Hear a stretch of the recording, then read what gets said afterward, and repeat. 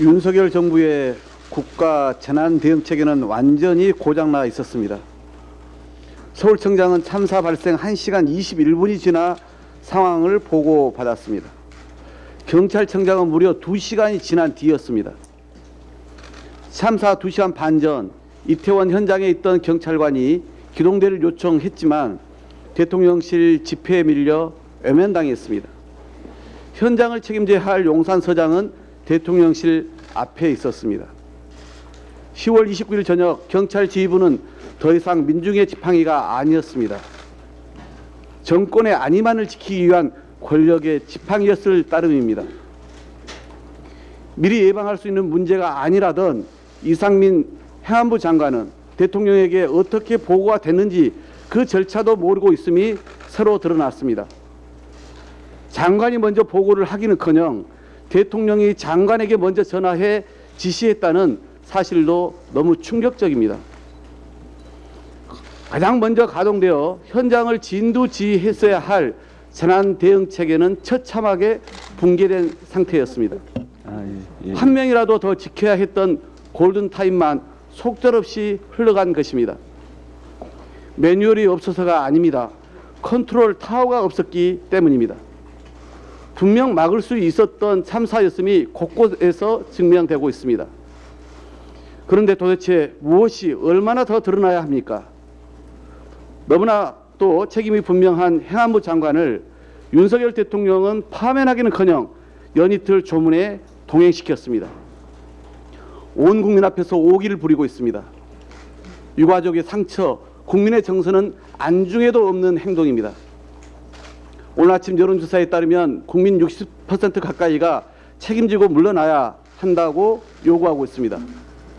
사과할 줄 모르고 경찰로만 꼬리 자르려는 대통령, 외신 회견에서 경악스러운 말과 태도까지 보인 총리, 뻔뻔한 거짓말과 제도 탓으로 일관해온 행안부 장관, 2시간 동안 참사 여부도 알지 못했던 무능한 경찰청장, 시민 안전보다 마약 단속 성과에만 매달린 서울경찰청장, 시민 대신 대통령 안위만 살핀 용산경찰서장, 경위를 봐야 한다더니 3일이 지나 느닷없이 눈물로 기만한 서울시장, 지역구 국회의원에게만 충성하며 모든 공적 의무를 저버린 용산구청장, 가장 책임이 큰 이들 모두가 참사의 실체를 축소하고 책임을 회피하려는 태도에 국민 분노만 더 커지고 있습니다. 성역 없는 국정조사는 이제 거스를 수 없는 거대한 민심입니다. 특수본이 수사에 나섰다고 하지만 정작 서울청장실과 용산서장실은 압수수색에서 빠진 것이 어제 드러났습니다. 수사를 받아야 할 정부가 수사를 한다는 것은 애초에 어불성설이었습니다. 민주당은 국민의 뜻에 따라 이태원 참사 진상규명과 책임자 처벌을 위한 국정조사 요구서를 제출하겠다고 어제 말씀드렸습니다. 다음 주 초에 바로 제출하겠습니다. 국민의힘도 여야정 이태원 사고조사 특별위원회 구성을 이미 제안한 만큼 수사 대상인 정부는 빼고 국회 차원의 조사에 조건 없이 동참해야 합니다. 이태원 참사가 정부의 총체적 무능으로 인한 인재 이미 드러나고 있는 상황에서 유가족 아픔과 상처를 위로하고 국민적 의혹을 제대로 해소하기 위해서는 조속한 국정조사가 반드시 필요합니다.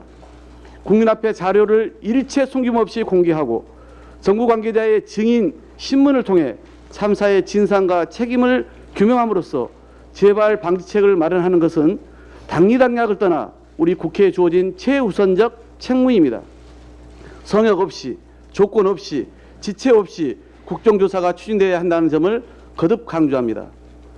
국민의힘 정진석 비대위원장이 국정조사 제안에 온노비 사건 운운하는 것은 희생자와 유가족, 민심에 대한 모독이자 배신임을 엄중히 경고합니다. 또다시 국가적 참사를 은폐하려고 하지 마십시오. 온 국민의 아픔과 상처 앞에서 이런저런 핑계로 시간 끌고 정치적 계산기를 두들긴다면 민주당은 자고우면하지 않겠습니다.